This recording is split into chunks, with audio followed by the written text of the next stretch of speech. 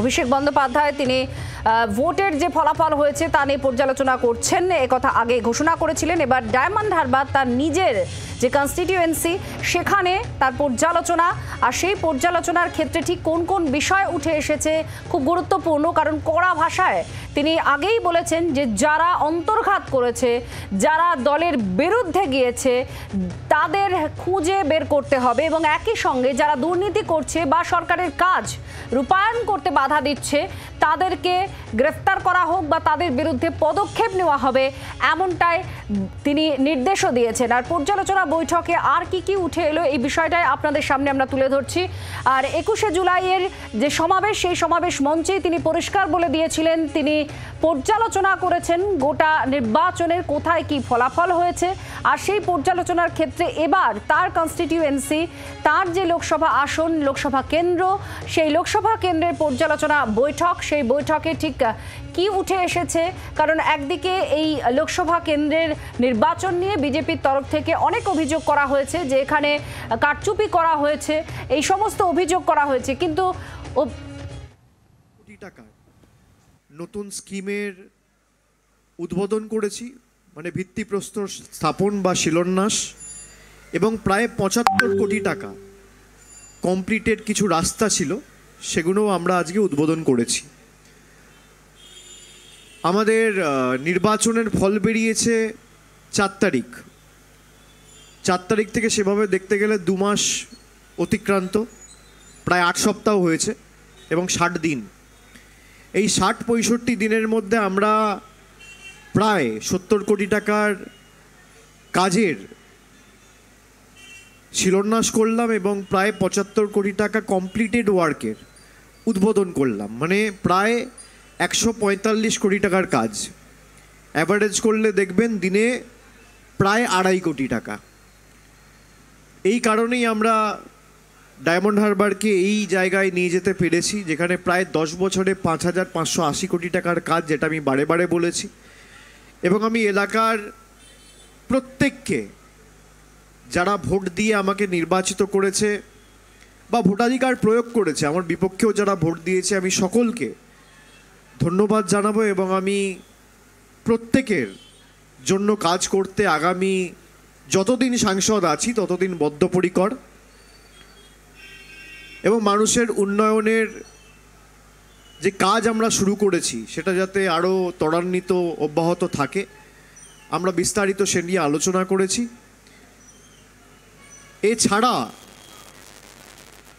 কয়েকটি জায়গা থেকে আমাদের হেলথ সমস্যা, বিশেষ করে যে সাবসেন্টারগুলো রয়েছে এবং প্রাইমারি হেলথ সেন্টারগুলো রয়েছে, PHC, sub centre, health wellness centre, এখানে পর্যাপ্ত পরিমাণের ওষুধ বা ডাক্তারের কিছু সমস্যা আমরা পেয়েছি, সেগুলোও যাতে অগ্রাধিকার দিয়ে আমরা দেখি, সেটা নিয়েও আমরা বিস্তারিত আলোচনা করেছি।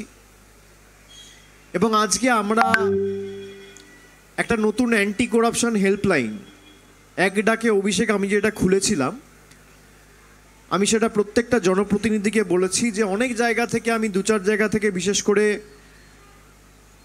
সাতগাছিয়ার কয়েকটা জায়গা, মহেশতলার কয়েকটা জায়গা থেকে আমি গত 2 মাসে 7-8টা কমপ্লেন পেয়েছি যে অনেক জায়গায় মানুষকে কয়েকটা জায়গায় কাজ করতে গিয়ে, বিশেষ করে যে এজেন্সিরা কাজ পায়, কিছু বাধার সম্মুখীন হতে হয়, এবং পার্টির নাম করে অনেক সময় তাকে ভয় দেখানো, শাসানোর একটা প্রবণতা অনেক জায়গায় তৈরি হয়। সবাই করে, আমি সে কথা বলছি না।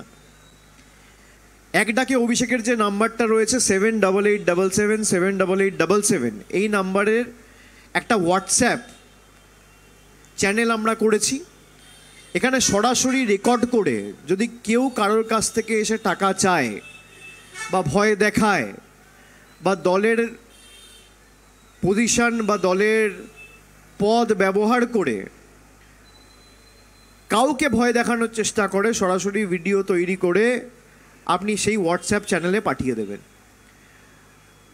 আমরা সেটা পুলিশ প্রশাসনকে ফরওয়ার্ড করব, পুলিশ প্রশাসন সেটা যাচাই করে দেখবে, যদি তার মধ্যে কোনো রকম কোনো সত্য থাকে, সেটা যদি সঠিক হয়, যে পাঠিয়েছে তাকে পুরস্কৃত করা হবে। তার সুরক্ষার সমস্ত দায়িত্ব আমার, এবং পুলিশকে বলা হয়েছে তার মধ্যে যদি কোনো রকম কোনোভাবে সেটা দেখা যায় যে সেই ইনফরমেশনটা সঠিক বা কারেক্ট, তার বিরুদ্ধে দরকার হলে সুমোটো কগনিজেন্স নিয়ে ব্যবস্থা নেওয়ার কাজও পুলিশ প্রশাসন করবে। তো সেই নাম্বারই একটা হোয়াটসঅ্যাপ চ্যানেল খোলা হয়েছে, যেখানে সরাসরি আপনারা ছবি তুলে বা ভিডিও রেকর্ড করে সেই চ্যানেলে পাঠিয়ে দিতে পারবেন। এটা একটা আমরা সিদ্ধান্ত আজকে নিয়েছি, আপনাদের সেটাও জানানোর ছিল।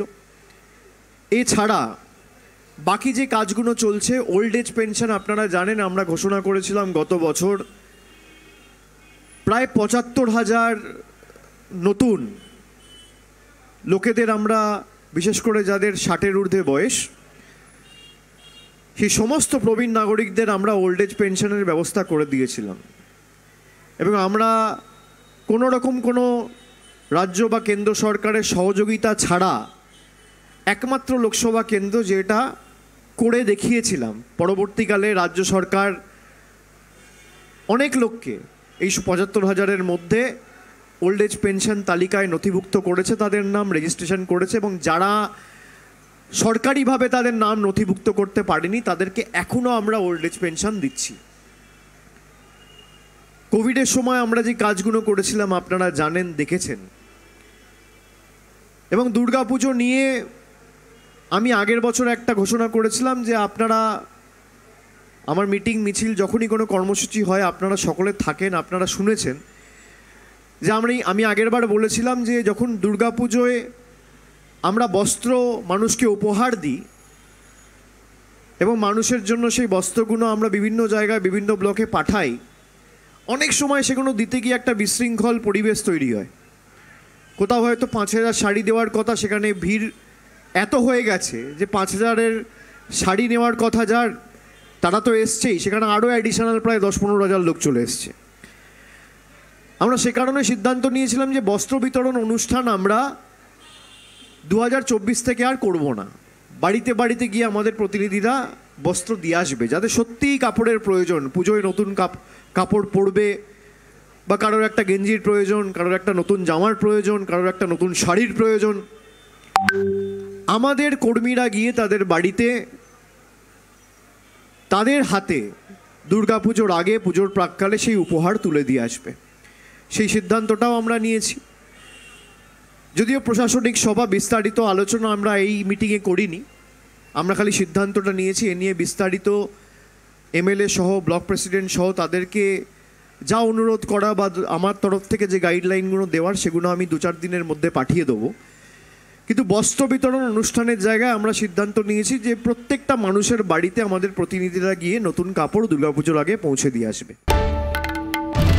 বাংলার আওয়াজ, বাঙালির আবেগ, জি ২৪ ঘন্টা।